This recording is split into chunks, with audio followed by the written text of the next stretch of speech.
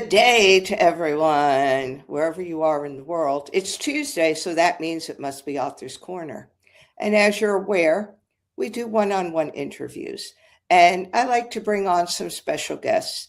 I'm a member of the Hay House authors community and the writing community. And through that, I've met some really very interesting, amazing people, writers, authors. And I have one person on with me today. Her name is Michelle Irene Stupski. And I'll give you a very brief overview of her because she does a lot of things. And then I'll turn it over to her and she could give you a better understanding of who she is and what she does. She is she does ancestral healing and Akashic records. She's works with healing the mother-daughter relationship and with and also with bridging biological and adoptive relationships, which I think is very interesting. I'm not quite sure I understand everything she's done. She's also written 3 books, so I will turn it over to her so she could give you a better understanding of who she is and what she does. That was incredible. Thank you. Thank you for having me. And also, thank you for saying my name correctly. That very rarely happens. So bingo, that was great. Yeah, so I have always had this relationship with angels from as far back as I can remember, being a little girl in church and looking at the angel statues and the paintings on the wall and feeling as if I knew them, like we were having the soul to soul connection, which is kind of odd at such a young age, but I just felt they were part of my family. And they're a part of all of our families. And so through the years, I was being so divinely connected and having these experiences, and then finding out that other people didn't have those same experiences. So back in 2004, when I started a handbag business of all things, I would put a little angel on each bag. And the hang tag would read, "Someone is always with you, watching over you, protecting you." And I wanted to get the word out about our connection with angels. And I wanted to write a book about all my stories that I've had, but my kids were still in school. And at the time it was still a little woo, type of thing. And I was like, oh, what is this going to do to the kids? So I put it off for another 10 years. And at that time I had a gift shop and I'm writing this book called Never Alone. And it's got the updated 10th anniversary edition has over 100 stories of just not my angelic happenings on a daily basis, but other people's stories as well. Because when I was writing the book and I had the store, people started coming in saying, "I hear you're writing a book about angels. I've got a story for you." And so it just became this beautiful conglomerate of angelic daily happenings, not just the big, huge, miraculous things, but how they guide us every single day in beautiful, simple ways. And so that's how it all began. It's funny how we're led into things. And you had a totally different business. You said you had a handbag business. You were always connected to angels. And through your business, you started putting a little angel on every bag with a little tag. And that kind of then led you into working more with the angels, kind of changing that. Did you continue to keep that business or did you totally then switch over to what you're doing now? Well, that's a really great question because what happened was the storefront that I had was actually a lot of local businesses. It was almost like a co-op, but it was a gift shop. So my suggestion to them was to take your talents and let's create classes to bring more people into the store. And nobody else would do it. And I heard my angel say, you're supposed to lead by example. So I was like, okay, I'll do a class, right? And at this point, I'm like, speaking in front of people, are you kidding me? Like, no, that's not going to happen. But I made up a class called Angels 101 based off my book. And before I knew it, I had 25 people signed up. And then I was like, oh my gosh, now what do I do? But the thing is, when you work with spirit, they will show you the next step.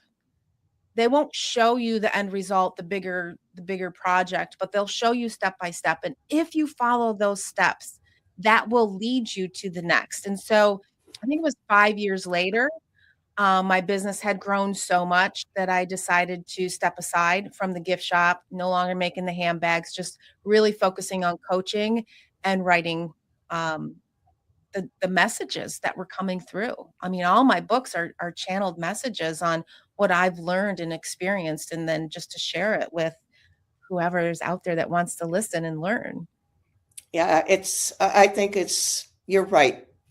We have this instinctual knowing within us. And I work a lot with the heart. My profession is I'm a holistic cardiology nurse practitioner. And I've always incorporated the ancient wisdom of the heart, the spiritual practices with traditional Western cardiology. I was very fortunate because I worked with a cardiologist who was very traditional, but also understood how important everything else was. And I've always connected individuals to their heart and told them to be heart led, that once you make that connection to your heart, that's where this intuition kicks in. And you're right, you don't get the messages.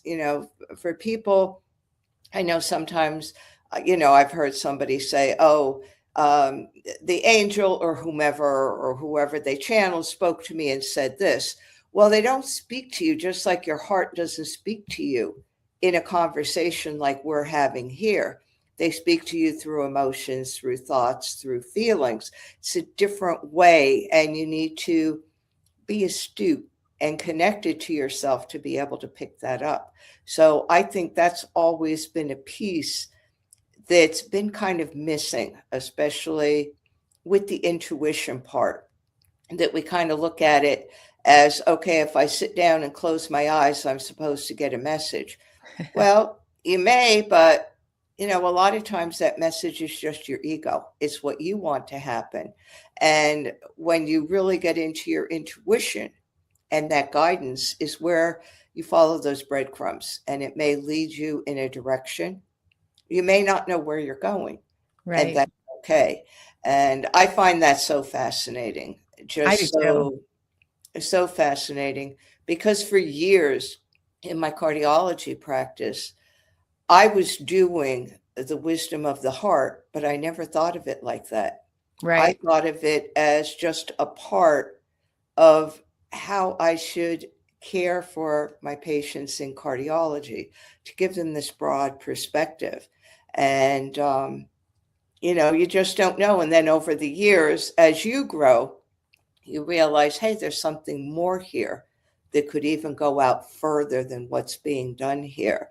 So, basically what I'm leading up to is, regardless of what profession we're in, regardless of what kind of coaching, anything, we all basically are doing something that has been done before. Unless you're coming from another planet and you're landing on the earth and you're going to talk about your life on the other planet or your journey to earth, it's been said, it's been done. So, how do you embrace this, or how are you different to stand out?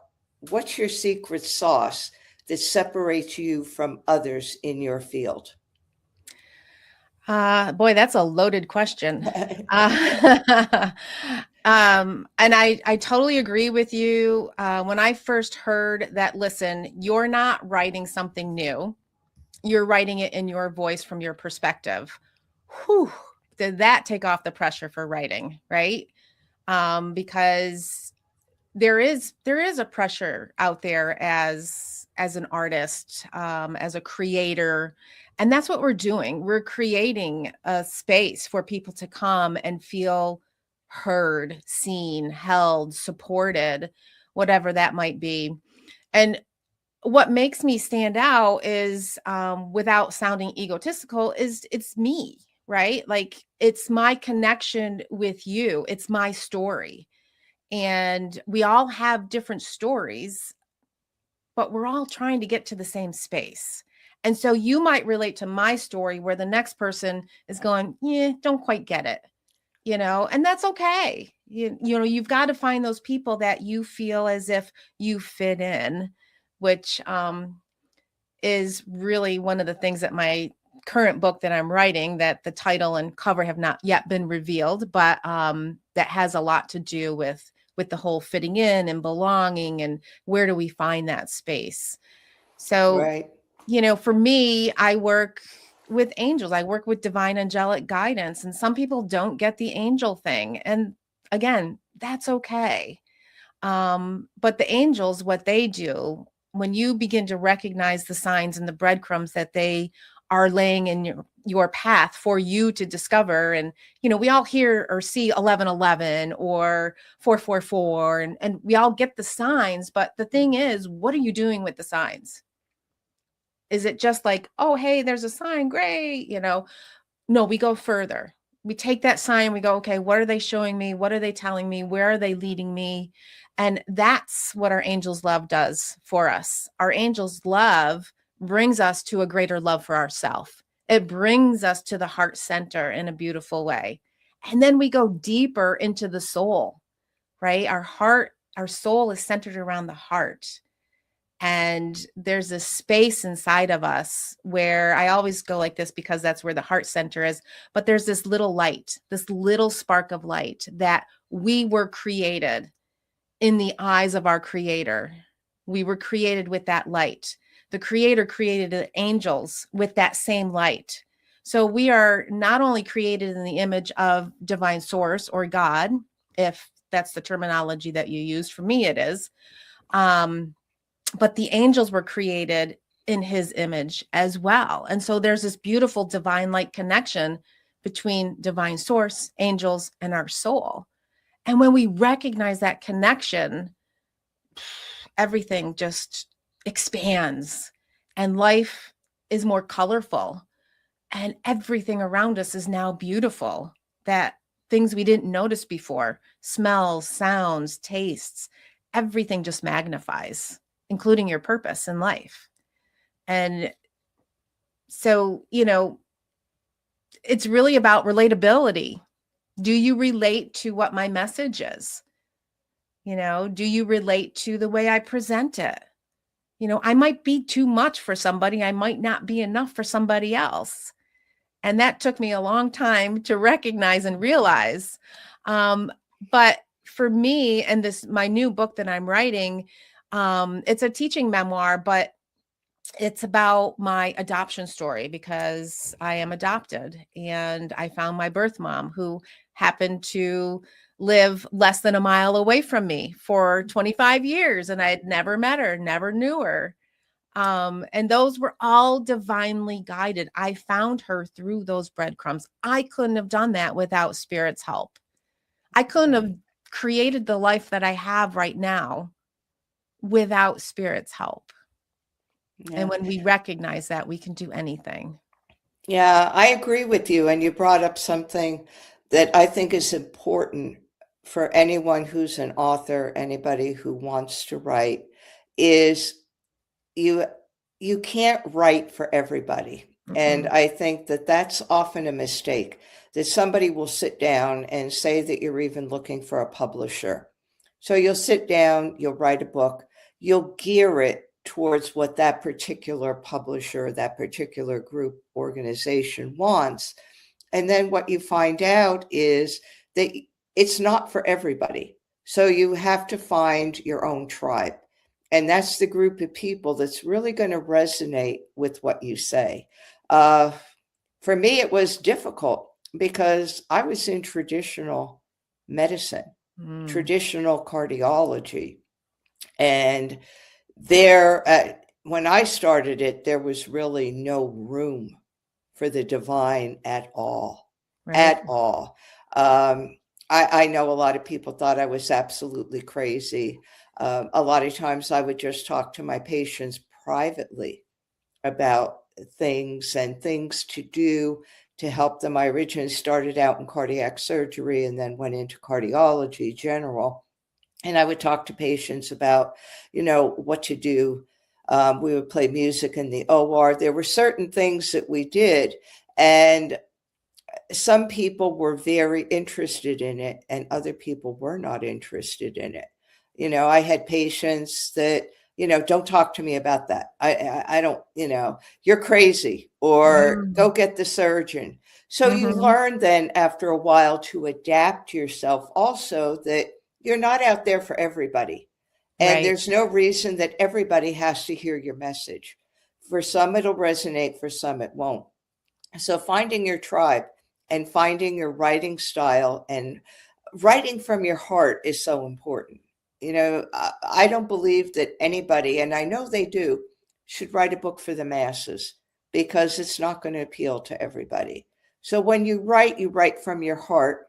You write about what is really your calling, the message that you want to give to others. And then it's up to others to be able to resonate with that message or not resonate with that message. So I think you brought up a good thing for authors, that we're writing, really, when we write, we're writing a message that we believe is important, but we know that that message isn't for everyone. And we just open our heart and write. So I think authorship is really a calling also. So what do you think Mm. about that? I agree wholeheartedly.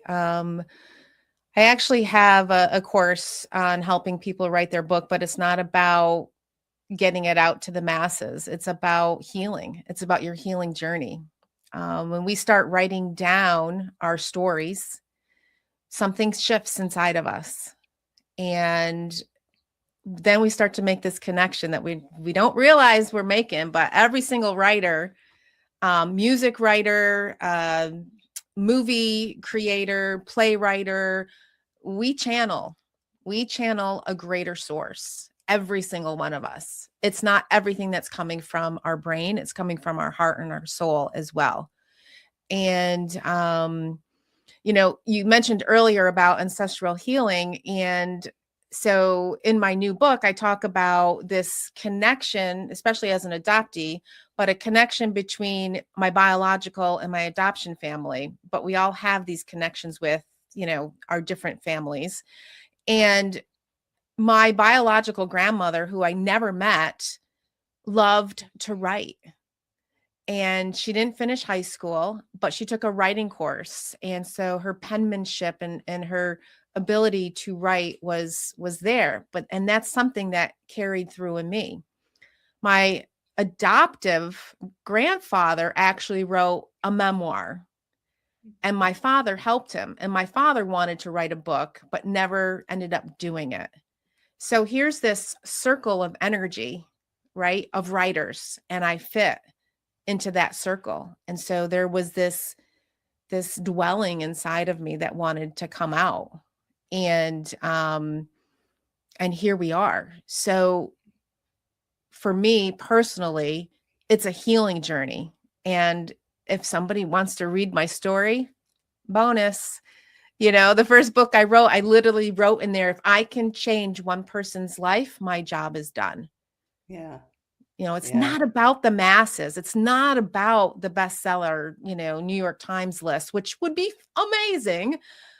But that's like, finding a needle in a haystack. That's very rare. And so it's really about you and your journey and your calling to do it, but more importantly, to complete it. Yeah. Like, I I think totally.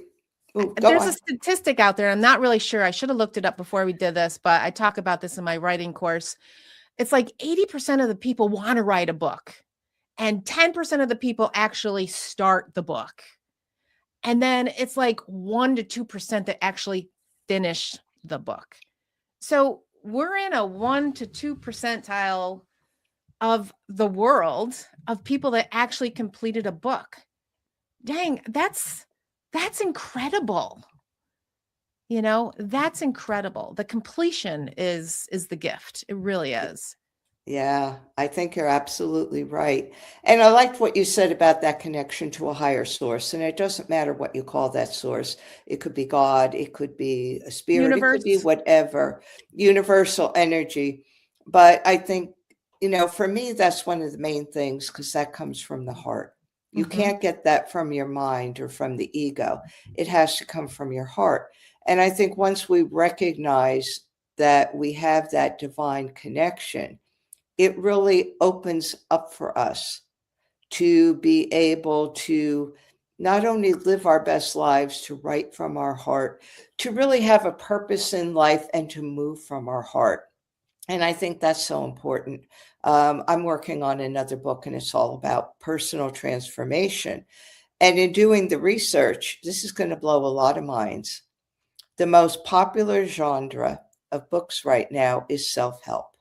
Mhm. But 80% of those, and mostly women, because it's mostly women that read these books, get depressed and anxious after reading these self-help books because nothing changes for them. Or Mhm. if it does, it changes superficially. And Mhm. that's because we're looking outside ourselves. When you look at a lot of things, even wellness in organizations, employee wellness, all that, they concentrate on what's going on outside the person. I do yoga, I do meditation, I've been doing it for 25 years, but without the inner work, without getting to know yourself, without making that connection to your heart, it's a great deal of trouble to get that to work. It's the same thing with diet, with exercise, with anything. You could follow all these things, follow all the rules, but yet it still comes back to the point that in order for that change or that transformation to be real, it has to come from your heart. It's a heart-led transformation. And that's where people get stuck because that's where you have to do the work. Mhm. And I think even as an author, that's why, like you said, what was it? Only 2% of people will finish a book. Yeah. And I think that's because it's all ego-based and their ego runs out of things. And no offense even against all the bestseller campaigns, all these things. Um, I personally find them at this point annoying that people will write a book, there's a bestseller campaign. Okay, it's a marketing strategy. The marketer, whoever the marketing agency or person is making a lot of money off of these things. Right. But it's all ego driven because it's there for a fleeting moment. Right. You know, hundreds of thousands of people make the bestseller list for Amazon. Come on. Yes. Like, how is that real? But yet our ego likes that and people will do it. And if Absolutely. that's what people want to do, fine. I was involved with it, not that I wanted to be, but I had written a chapter in a book through an organization I belong to, and they were publishing. And oh my God, if you could have seen this bestseller campaign and all this stuff. And, to me, when an email goes out to hundreds of thousands of people telling them they don't even have to read the book, just give it 5 stars Yeah. because they're getting it for free. Well, what is that doing to the author? To me, that's diminishing Yeah. what you're writing. It's making you smaller. It's not helping get the word out there about your book. It's just all about a marketing Yeah. The strategy, notoriety. the notoriety of these Yeah. fleeting moments. And I really think that's why authors don't stick with what they're doing. Because after a while, they realize that it's just all fluff, it's all superficial. Unless they could really get into the heart of the writing and really get into the purpose of the writing, the group that they feel would benefit from their message, they're just writing in thin air. So I don't know. What do you think about that? I'm sure I've got a lot of people Well, it's angry funny with you me. say that because my last book I didn't even put on Amazon because I was like, first of all, because there are so many self-help books out there, it just gets lost in the sea of books. And those campaigns that you can create to get that number one status, you just have to be smart and pick the right day. that nobody else is launching a book. And if you get 20 people to buy your book, you're going to be number one, even if it's for 5 minutes, and you have that. And let's face it, I mean, that's always nice to open up somebody's page and it says, oh, number one on the Amazon list. People go, oh, I got to get it, because that's how people purchase ego driven, right? It's like, oh, well, she's a number one bestseller, and it's like, oh, she's only got 5 stars. So that must not be a good book, which, you know what, those 5-star or those 5 review books, they're probably way better. Sorry, authors, but they're probably like something so great in there for you. And so again, that leads us to what makes you different, right? If you are connected to that title or that cover and you're feeling a pull for that book, it doesn't matter who the writer is or what their status is. Your soul, your heart is telling you there's something in there for you. Yeah. And, my books are written for me. It's the book I wish I always had. It's the book I needed during this circumstance. It's the book I needed to get through that situation. And I know from teaching that a lot of the things that I go through are the same things that my clients go through. And so there's always these common denominators, and there's always people out there that need your message, that need your self-help.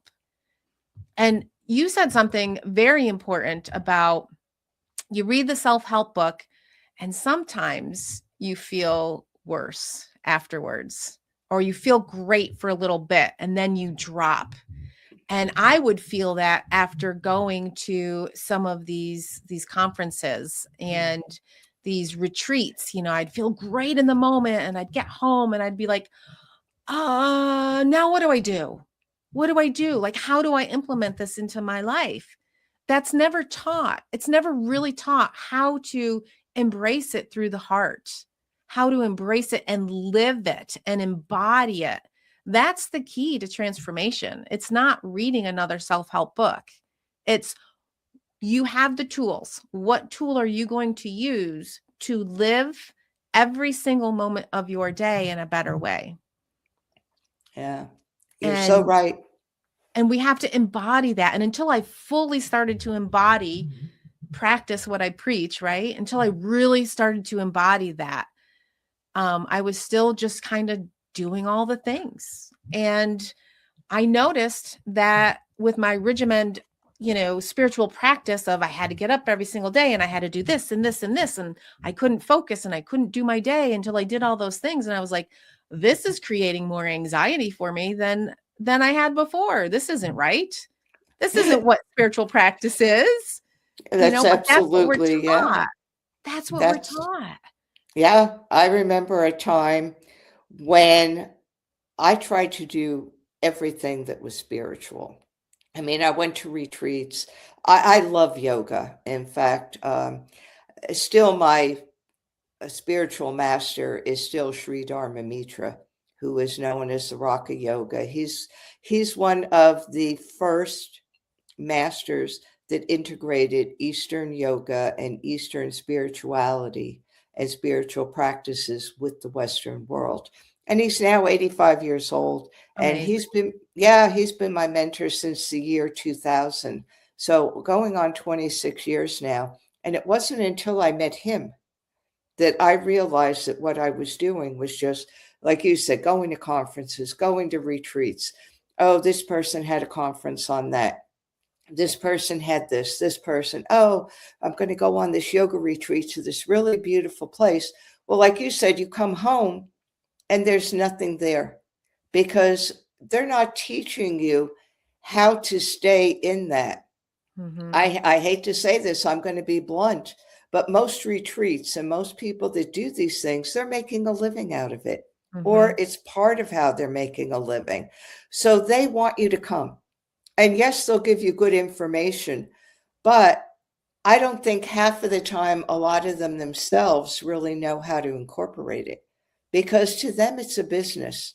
Right. No, it's a business. It's like selling. Yeah, it's a transaction, selling dresses, like anything. And I think they lose that inner guidance, that spark. So I think I'm not saying don't go to these things, but I think people just need to discern what works for them. Right. What do they want to pick and choose? And again, be led from your heart, Right. not the ego. Just because somebody's done a million retreats doesn't actually mean they're the best. It just means they've done a million retreats. They've had good advertising. They know how to bring people in. So I'm not knocking anybody that does retreats. I know people that I do host retreats. retreats. Yeah. You know, So I host retreats, and I have classes, and I have webinars, and I have all the things, but and I agree with you. It's, for me, it's not so much about teaching people how to do something new. It's about coaching them and guiding them and supporting them on creating that practice that's going to be good for them.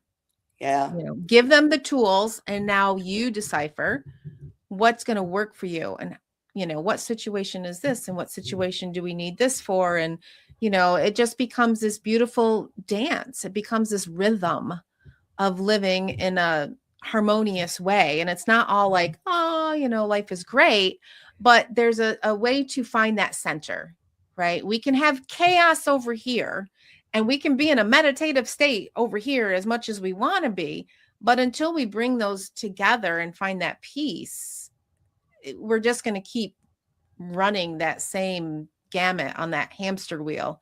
We're just going to keep doing the same thing over and over again until we just go, okay, when is enough enough, right? yeah, How am I going to make this change? yeah, And spiritual leaders and heart-centered coaches and all that is so needed right now. There is so much noise out there. The eat this, don't eat that, exercise this way, don't exercise that way, the political thing, that just like, there's so much. We're all on overload, and we don't realize it. yeah, yeah. And it's Uh, hard. it really It's is. really And, hard. like everything starts within. So if we look at Absolutely. ourselves, even with a weight loss journey, the more calm, serene, at peace you are in your body, you have all the hormones working properly, your thyroid, your pancreas, nothing, your adrenal glands, nothing has to overwork. And that creates a sense of satiety where you don't have to eat. Most of the time, we eat because we're either stressed, Bored. anxious about stuff, bored. And we don't always look at that, even with weight loss. We're quick to go to pills, to injections, to different things. But underneath it all, in order to have something that lasts, you really have to change that behavior. And that behavior starts within you. So we're coming to the close of this, and I'm so glad that I had you on today. And I I think appreciate it. Thank you. we gave people some inspiring and important information. As authors and writers, it starts with you, it starts in your heart. Write for yourself. And it's almost like build it and they will come. You will get the right people that need to hear your message. And that's, to me, the beauty of authorship. And thank you for joining us today, Michelle. Do you have any last words that you'd like to say?